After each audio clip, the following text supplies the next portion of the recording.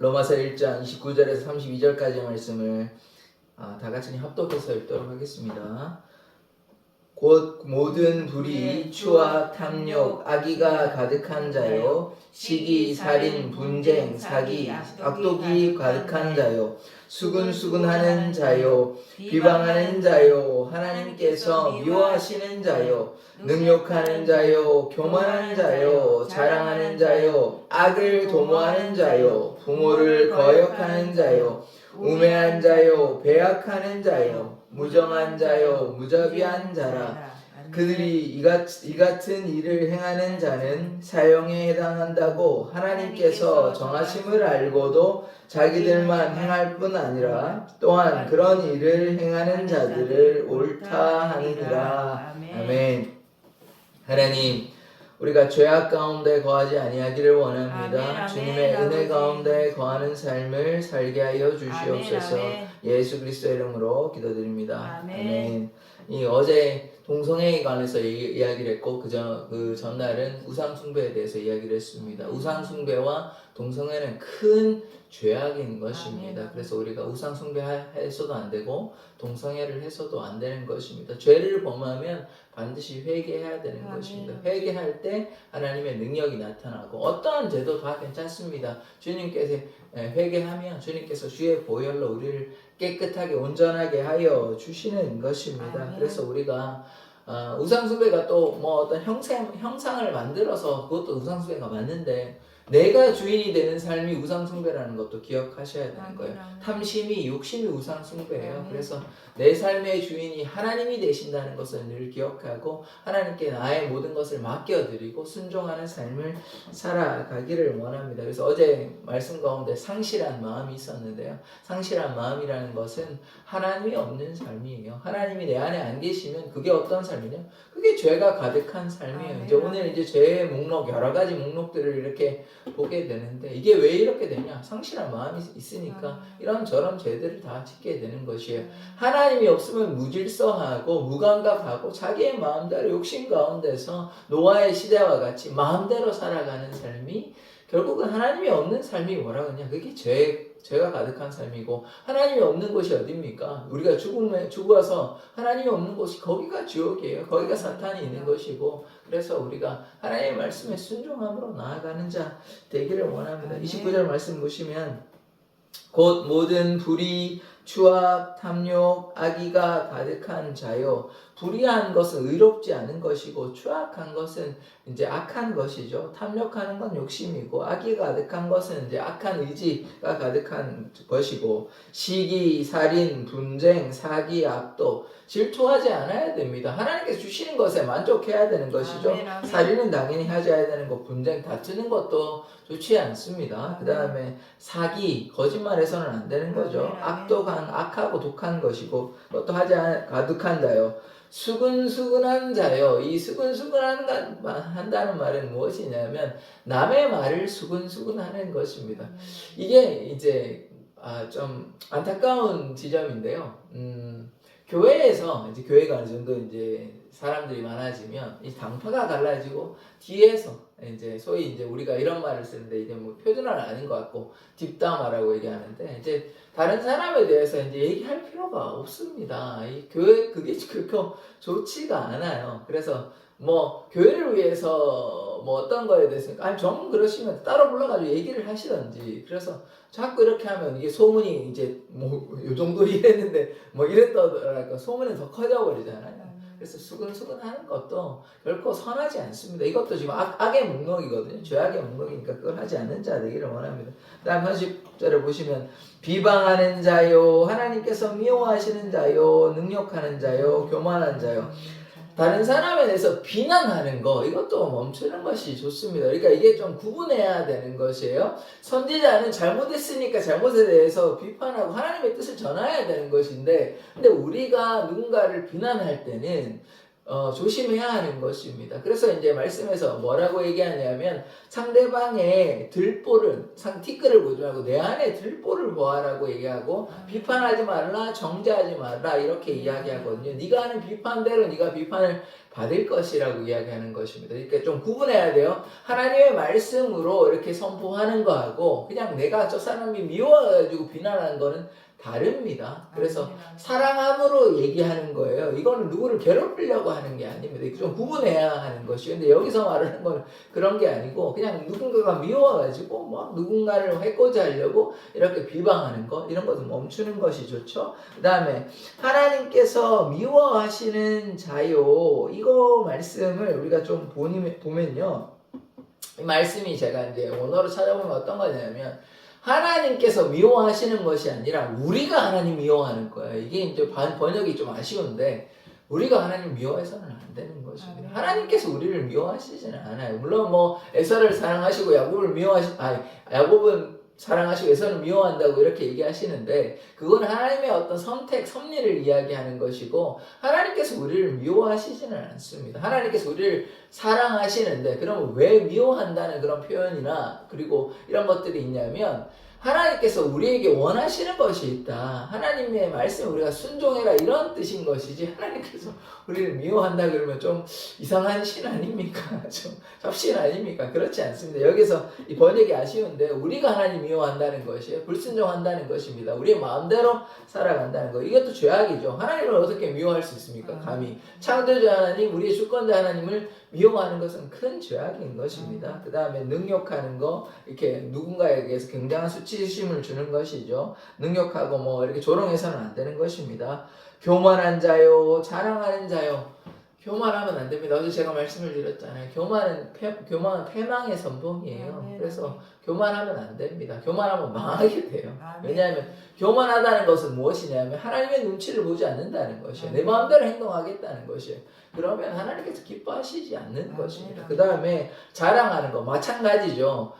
내가 자랑하겠다는 것은 무엇입니까? 내가 했다고 생각하는 것 아닙니까? 그러니까 내가 자랑하는 것이죠. 그런데 하나님께서 하셨다고 고백한다면 자랑할 것이 무엇이겠습니까? 자랑하더라도 그건 하나님을 자랑하는 것이 나를 자랑하는 건 아닙니다. 근데 여기서 얘기하는 자랑은 나를 자랑하는 것이에요. 자랑해서는 안 되는 것입니다. 악을 도모하는 자요, 부모를 거역하는 자요. 악을 도모해서는 당연히 안 되는 것이죠. 악은 모양이라도 버려야 하는 것입니다. 죄악은 모양이라도 버려야 되는 것이고 부모를 거역하여서는 안 됩니다. 부모를 거역하면 구약에 보면 뭐라고 하냐면 이거 하면요 잘못하면 부모를 거역하면 죽여도 된다고 이렇게 나와 있거든요. 그래서 굉장히 무서운 말씀이 있는 것입니다. 그래서 이런 악에 대해서 지금 여러 가지가 나와 있는데 이런 로마서 이 1장 29절부터 31절의 악의 목록을 보면 무엇을 깨달아야 되냐면 내가 이런 악한 일들을 해서는 안 되겠구나 이렇게 생각하면 되는 것입니다. 계속 보겠습니다.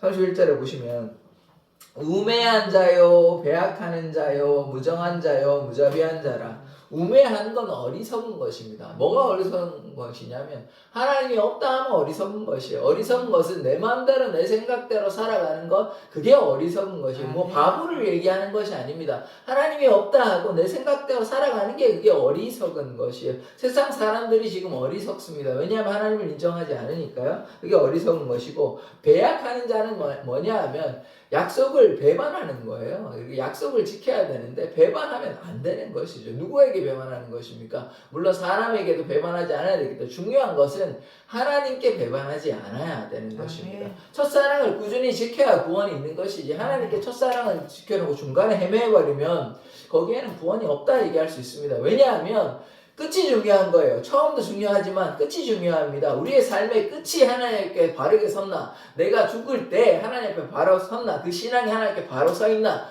그게 하나님께서 인정하시는 구원의 열매인 것이지 지금 앞으로 어떨지는 모릅니다. 그래서 우리가 처음과 끝이 동일해야 되는 것이에요. 하나님 바로 서는 것이 하나님께서 기뻐하시는 것입니다. 그 다음에 무정하고 무자비한 거 무정해서는 안 되는 것이죠. 선함이 있어야 되는 것이 아닙니까? 하나님의 그 긍휼함이 있어야 되잖아요. 그때 무정하고 무자비하고 폭력적이고 이러면 안 되는 것 아닙니까? 아파하고 신음하고 있는 사람이 있는데 뭐 아프든지 말든지 나는 내 삶만 살아가면 된다. 그러니까 그 나오지 않습니까? 그 방도 맞은 구원, 그 여리고성에 가는 그 물론 이야기는 실제 있었던 건 아니지만 그 비유로 얘기하지만 그 레위인도 지나가고 제사장도 지나가고 그 사마리아인이 불쌍히 여겼지 않습니까? 방도 맞은 거. 무정하고 무자비해서는 안 되는 거예요. 아파하고 신음하는 사람들이 이 세상에 있을 수밖에 없는데 그 사람에 대해서 그 사람 하든지 말든지 나는 내 갈 길 간다. 그러지 말라는 거예요 지금. 그들을 불쌍히 여기라는 겁니다. 누가 도와줍니까? 하나님이 도와주시죠. 그러나 우리를 사용하시는 것 아닙니까? 그러면 우리가 기도할 것도 많고 북한을 위해서도 기도하고 세계를 위해 기도하고 우리나라를 위해 기도하고 가난한 사람을 위해 기도하고 또 우리가 힘다는 또 도와주기도 하고 그거를 하나님께서 우리에게 원하시는 거예요. 그런데 우리가 그거에 대해서 눈 감고 나는 내 길 갈란다 하면 불순종하는 건 아닙니까? 구원은요, 나의 구원도 중요하지만 이웃을 향한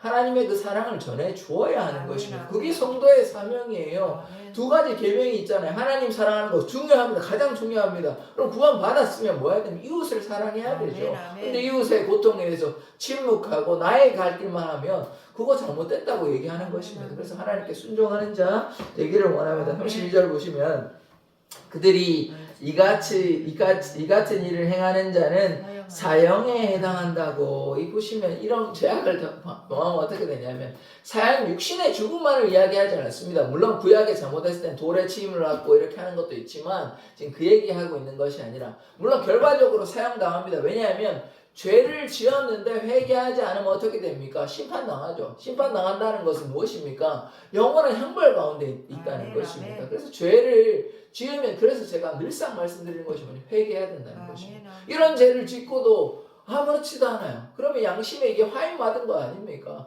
뻔뻔해가지고 하나님 앞에 부드러운 마음을 가지고 양심을 가지고 선한 양심을 가지고 주님 앞에 나아가야 되는데 그냥 이런 죄를 짓고도 뭐 그럴 수 있지.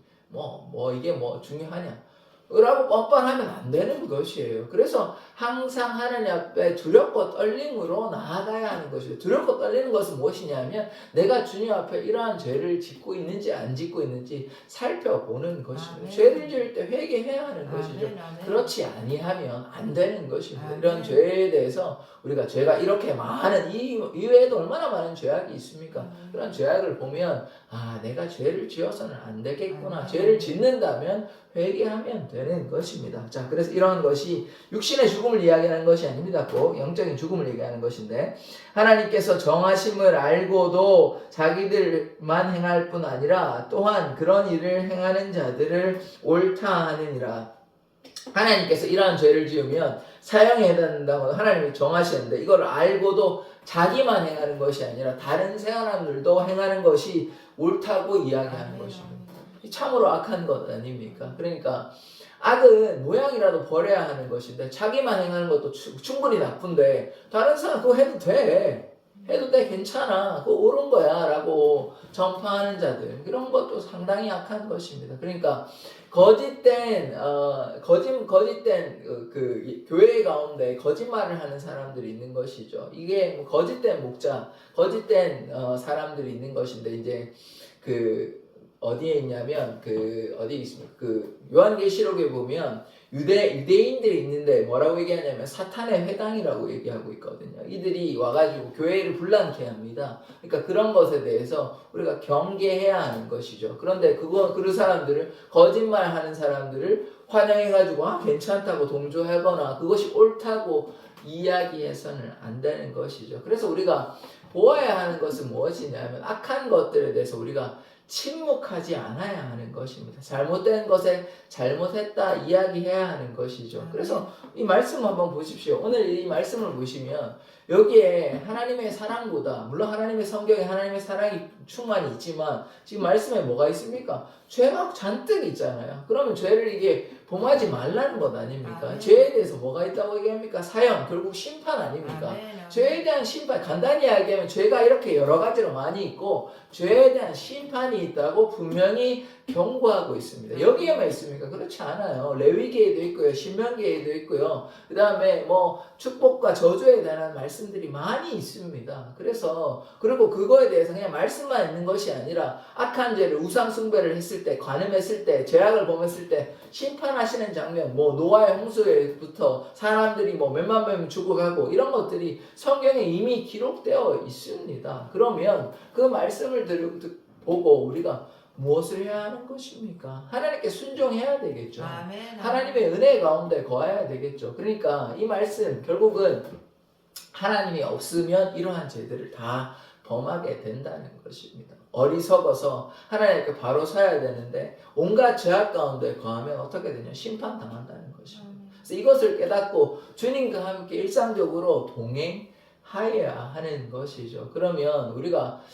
우리의 삶의 목적은 죄를 단순히 안 범하는 게 중요한 게 아닙니다. 이거는 굉장히 수동적인 신앙생활이에요. 물론 뭐 이런 죄를 안 범하는 것도 참 감사한 일이죠. 그렇게 하면 하나님께 가까이 나아갈 수 있기 때문에. 그런데 그것보다는 하나님을 사랑하려고 애쓰는 게 중요한 것 아닙니까? 내가 이 죄를 범하지 않기를 원한다 보다 내가 하나님을 더 사랑한다. 이게 적극적인 신앙 아닙니까? 내가 지옥을 가지를 않기를 원한다 보다 내가 하나님을 사랑해서 천국 가고 싶다. 이게 적극적인 신앙 아닙니까? 그런데 우리는 너무 좀 수동적으로 혹은 율법적으로 형식적으로 신앙생활을 한다면 그것을 우리가 좀 돌이켜야 하는 것입니다.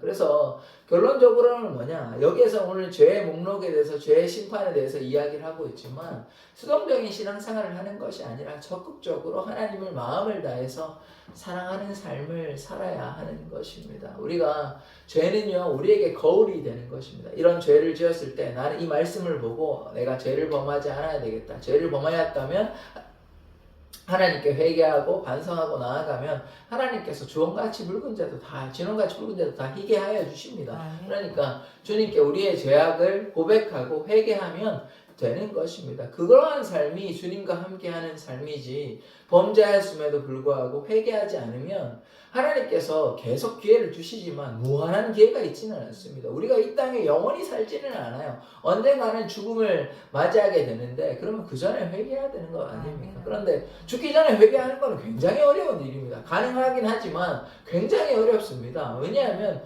그렇다면 우리 신앙생활 뭐하러 이렇게 합니까? 그냥 다 죽기 전에 그냥 예수님 고백하면 그냥 그 예수님 십자가상에서 강도처럼 그냥 그렇게 하면 구원받으면 된 거 아닙니까? 근데 그게 굉장히 어려운 것이에요. 그것보다는 평소에 주님의 일 감당하고 주님과 동행하는 것이 좀 더 나은 그리고 바람직한 신앙생활 아닙니까? 그런데 오늘 말씀에도 보다시피 이런 여러 가지 죄악들 또 우리가 이렇게 말씀을 또 죄를 간단하게 이야기하면 뭐냐면 불순종이 다 죄거든요. 불순종이. 그러면 하나님께 순종해야 되는 것들이 많이 있지 않습니까? 그런데 우리가 하나님 말씀에 순종하지 않냐. 아까도 말씀드렸다시피 하나님을 사랑하는데 그치는 것이 아니라 나의 구원만을 위해서 살아가는 것이 아니라 이웃을 사랑해야 하는데 이웃을 사랑하지 않은 거 이게 무정하고 무자비한 것 아닙니까? 그게 다 불순종하는 것이에요. 그래서 우리에게 맡겨주신 그 사명 한 달란트 가진 자처럼 사명을 감당해야 되는데 감당하지 않으면 그냥 땅에 묻어두면 그것도 죄악이라는 사실을 우리가 깨달아야 하는 것입니다. 그런데 우리는 그렇지 않지 않습니까? 하나님께 순종을 해야 되는데 그러면 하나님의 나라는 누가 도대체 건설하고 확장하겠습니까? 이게 비유적인 말인데 누군가는 가서 돌을 만들고 누군가는 가서 기둥을 만들고 누군가는 이렇게 함께 어제도 보셨지만 여러 성도들이 있어 기도하고 그거 누가 하는 겁니까? 목사님만 혼자 하는 거예요? 교회에 한국교회 목사님 많이 있긴 합니다. 목사님이 적진 않아요. 그렇지만 목사님만 하는 거 아니잖아요. 성도들이 다 왕같은 제사장이고 거룩한 나라고 하나님의 특별한 소유된 백성이고 하나님의 선택한 족속인데 그러면 모두가 하나님께 나와서 제사장 되어 하나님의 영화롭게 하는 자가 되어야 하는 것이 아닙니까? 그런데 너무 좀 수동적으로 신앙생활하는 것 같아요. 그렇지 않습니다. 말씀을 사랑함으로 하나님께 나아가야 하는 것이죠. 그래서 하나님께 순종한다면 하나님의 역사가 나타나고 그래서 하나님의 나라가 건설되고 확장되고 그것이 우리에게 맡겨주신 사명 아닙니까? 하나님의 일꾼되라고 예수님의 증인되라고 하나님의 나라를 위해 헌신하라고 우리를 불러주셨는데 거기에 순종하지 아니하고 내 삶을 위해서 살아간다면 하나님께서 보시기에 우리는 바람직한 삶을 살아가는 건 아니겠죠. 하나님께서 원하시는 것은 하나님께서 이 창조의 목적은 그 창조를 통해서 하나님의 그 일을 이루라는 것 아닙니까? 그러면 하나님께서 인간을 만드신 것은 무엇입니까? 하나님을 영화롭게 하는가? 하나님께 찬송과 영광을 올리기 위해서 그렇게 하나님께서 우리를 지어주셨는데 그러한 목적에 반하여서 내 마음대로 살아간다면 이것은 하나님의 창조의 목적은 아니시죠. 우리가 이 땅에 살아가는 이유가 하나님을 영화롭게 하고 하나님께 영광 돌리는 삶을 살아야 되는데 내 목적을 살아간다면 이것은 하나님께서 우리를 만드신 인간의 목적은 아닌 것입니다. 그런데 우리의 삶은 그렇지 않다는 것이죠. 세상 가운데 가고 세상의 목적을 위해서 세상의 성공을 위해서 먹고 마시는 데 있는 줄 알고 성공을 위해 있는 줄 알고 돈을 많이 벌면 행복한 줄 알고 제가 말씀드리는 것이 이 땅에 아무런 욕심을 두지 말고 이런 삶은 아닙니다. 먹고 마시는 것도 해야죠. 우리가 안 먹고 안 마시고 이렇게 살 수는 없습니다. 그런데 그게 자기 양심이 있지 않습니까? 신앙의 양심이 있잖아요. 내가 주어진 거기에서 만족하는 삶을 사는 것인지 아니면 나는 집도 엄청 커야 되고 차도 좋은 거 해야 되고 시시때때로 해외여행도 다녀야 되고 남들에게 부럽지 않은 이렇게 자랑하고 이런 거를 원하는 거는 그 어떤 자기가 가지고 있는 양심의 어떤 선을 넘어서는 것 아니에요. 제가 말씀드리는 것이 가난하게 누가 봐도 가난한 삶 살아라 이렇게 저주하는 게 아닙니다. 그게 아니라 우리가 이렇게 신앙의 양심을 우리가 북한처럼 배도 굶고 이렇게 살고 있지 않잖아요. 지금 집에서 이렇게 어느 정도의 집에서 밥도 먹고 이 정도 살면 된 것 아닙니까? 그런데 이건 안 되고 이거보다 더 큰 집도 엄청 이렇게 해야 되고 그러면 하나님의 일을 언제 감당하시겠습니까? 그 일 바빠가지고 장사하느라 바쁘고 내일 하느라 바쁘고 하나님 일을 언제 하시래요? 그게 잘못된 건 아닙니까? 그럼 하나님의 일을 누가 합니까? 그렇게 바쁘시면 누군가는 하겠죠. 순종하는 자가 있을 테니까. 그러면 다른 그 바쁘신 분들은 불순종하는 자들 아닙니까? 하나님께 영화롭게 하라고 하나님께서 불러주시고 구원하여 주셨는데 그 구원의 여정에 처음과 끝이 동일하게 주님과 함께 가야 되는데 중간에 탈락한 거 아니에요. 그냥 겉으로만 믿고 있는 것 아닙니까? 그래서 제가 이제 그런 말씀들을 보면 안타까워서 이제 말씀을 드리는 건데 그래서 결론은 우리가 죄 가운데 거하는 것이 아니라 하나님 말씀에 순종해야 하는 것이 그것이 진정한 그리스도인의 삶이라는 것입니다. 그래서 우리 사랑의 교회 성도 여러분들이 좀 주님의 말씀에 순종하고 그렇게 나아갔으면 좋겠습니다. 그런데 여러 가지 일로 바쁘시고 이렇게 하시면 주님의 일은 과연 누가 감당하는 것입니까? 그래서 그런 생각하면 조금 답답하기도 합니다. 그래서 어쨌든 이렇든 저랬든 하나님께서 하시겠죠. 하나님께서 하시겠죠. 엘리야 오늘 제가 그 열왕기상 18장의 말씀을 좀 보고 왔는데 엘리야가 갈멜산 대결에서 우리 설교도 제가 한번 했었는데 사람들은 다 폐역해가지고 우상숭배하고 난리가 났습니다.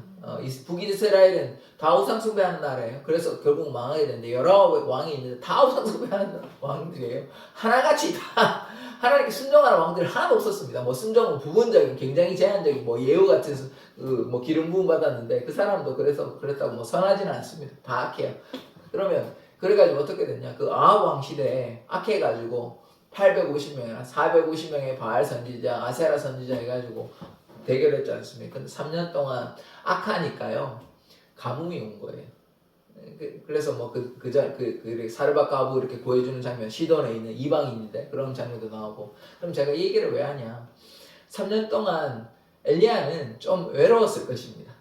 그 다음에 물론 좋은 사람이 있었어요. 오바댜라는 그 아합의 관리 중에 오바댜라는 인물. 그러니까 제가 이 얘기를 또 왜 하냐? 그러니까 오바댜라는 관리, 그 다음에 엘리야, 그리고 오바댜가 100명의 선지자들을 시켜주거든요. 50명씩 나라 구례하고. 그 다음에 나중에 아합의 아내 이세벨이 이 엘리야를 죽이려고 하니까 너무 괴로워가지고 난 죽고 싶다 이럴 때 있었는데, 그래서 그 전에 또 뭐라고 얘기하냐면 하나님께서 이렇게 말해요. 바알에게 무릎 꿇지 않는 7,000명의 사람들이 있다. 100명 많이 분이 없는 줄 알았는데 그게 아니고 7,000명의 사람들이 있다 얘기합니다. 그러니까 정앞에 보면 뭐가 있냐? 엘리야가 있죠. 오바댜가 있죠. 또 50명, 100명의 무리가 있죠. 나중에 또 몇 명이 있냐? 7,000명의 바알에 무릎 꿇지 않는 사람들이 있는 것입니다. 무엇보다 가장 중요한 것은 그게 가장 우리에게 큰 은혜가 되는 것인데 우리가 혼자가 아닙니다. 그럼 누가 계시냐? 하나님이 계시다는 거예요. 하나님이 계시다는 거예요. 하나님의 사람 한 사람만 있으면 그 사람을 통하여 하나님이 일하십니다. 그게 엘리야예요. 엘리야. 3년 동안 가뭄이 일어나고 사람들은 폐역해가지고 우상숭배하는 정신이 없어요. 그런데 이 사람들이 칼로 베고 춤을 추고 난리를 부려도 아무런 일이 일어나지 않습니다. 그러나 갈멜산에서 엘리야의 제단에는 어떤 일이 일어나냐? 하나님의 불이 임하는 것입니다. 결국 하나님의 때에 하나님의 역사가 나타나는 것입니다. 노아의 가족들이, 사람들이 노아의 가족들을 바라볼 때는 저것도 좀 미친 거 아니냐고. 이 좋은 날에 저런 배를 짓고 있냐고. 말도 안 되는 일을 하고 있냐. 그러나 그 사람이 믿음의 사람인 것이에요. 믿음의 가족들인 거예요. 그렇게 하니까 결국 하나님의 때에 하나님의 역사가 나타나는 것이에요. 믿음은 단순간에 이루어지기도 합니다. 태양아 멈춰라 이런 일도 있습니다. 그러나 어떨 때는 굉장한 기다림이 필요한 것입니다. 바울도 기다렸잖아요. 요셉도 기다렸잖아요. 다윗도 기다렸습니다. 금방 왕된 건 아니에요. 한 10대 중반 정도에 이제 기름 부음 받았는데 30살에 왕되지 않습니까? 그러니까 적어도 한 10년 넘게 그렇게 기다렸잖아요. 그래서 인내와 기다림이 필요한 것입니다. 그러면 제가 이 얘기를 왜 하냐? 사랑의 교회가 금방 변화되면 저도 너무 좋겠죠. 그거 그 싫어하는 사람이 누가 있겠습니까? 그런데 한 사람이 변화되는 게 참으로 어렵다는 것을 2026년도 한국은 참으로 이렇게 오늘 여러 가지 제약도 나왔고 이 돈을 자랑하고 이렇게 이제 좀 폐역합니다. 심지어 교회도 좀 세속화되어 있기 때문에 그러면 그런 세상 가운데서 한 사람이 변화된다는 건 굉장히 어려운 일입니다. 그래서 그런 현실을 마주하고 있기 때문에 그러면 어떻게 되냐? 인내하고 기다려야 되죠. 그러나 우리가 포기하지 않고 해야 될 것은 무엇이냐? 인내와 기다림으로 믿음으로 기도해야 되는 것입니다. 그러면 그 사람들, 믿음의 사람들을 통하여 하나님의 역사가 나타난다는 것이죠. 그런 믿음으로 우리가 나아가야 되겠죠. 저도 이제 때로는 참 좀 외롭습니다. 권사님 나오셔서 감사한 일이지만 만약에 이제 권사님 없다 그러면 제가 거의 개척교회 아닙니까? 목사님 혼자 나가지고 기도하는 그런 수준인 것인데 물론 또 감사한 일은 이런 공간도 있고 또 월세를 내는 것도 아니고 또 성도분들도 계시고 그렇게 생각하면 또 감사한 일이 있죠. 어디에 기준을 두냐에 따라서 생각이 완전히 달라지는 것입니다.